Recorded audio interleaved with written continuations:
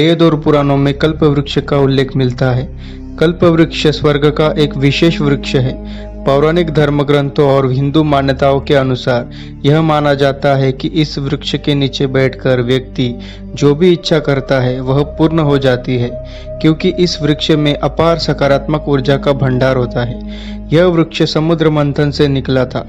समुद्र मंथन से प्राप्त यह वृक्ष देवराज इंद्र को दे दिया गया था और इंद्र ने इसकी स्थापना सुरकानन वन हिमालय के उत्तर में कर दी थी। एक कल्प की आयु कल्प वृक्ष का अर्थ होता है जो एक कल्प तक जीवित रहे। लेकिन अब सवाल यह उठता है कि क्या सचमुच ऐसा कोई वृक्ष था या है? यदि था तो आज भी उसे होना चाहिए था, क्योंकि उसे तो एक कल्प तक जीवित रहना है।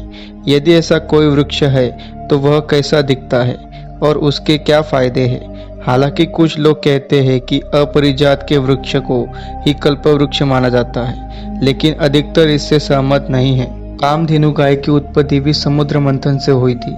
यह एक चमत्कारिक गाय होती थी जिसके दर्शन मात्र से ही सभी तरह के दुख दर्द दूर हो जाते थे। दैवीय शक्तियों से संपन्न यह गाय जिसके भी पास होती थी उससे चमत्कारिक लाभ मिलता था। इस गाय का दूध अमृत के समान माना जाता था। गाय हिंदुओं के लिए सबसे पवित्र पशु है। इस धरती पर पहले गायों की कुछ ही प्रजातियां होती थी। उससे भी प्रारंभिक काल में एक ही प्रजाति थी। आज से लगभग 9500 वर्ष पूर्व गुरु वशिष्ठ ने गाय के कुल का विस्तार किया और उन्होंने गाय की नई प्रजातियों को भी बनाया। तब गाय की 8 या 10 नस्लें ही थी, जिनका नाम कामधेनु, कपिला, देवनी, नंदिनी, भौमा आदि था।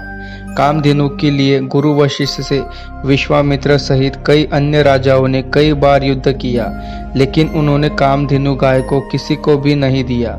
गाय के इस झगड़े में गुरु वशिष्ठ के 100 पुत्र मारे गए थे।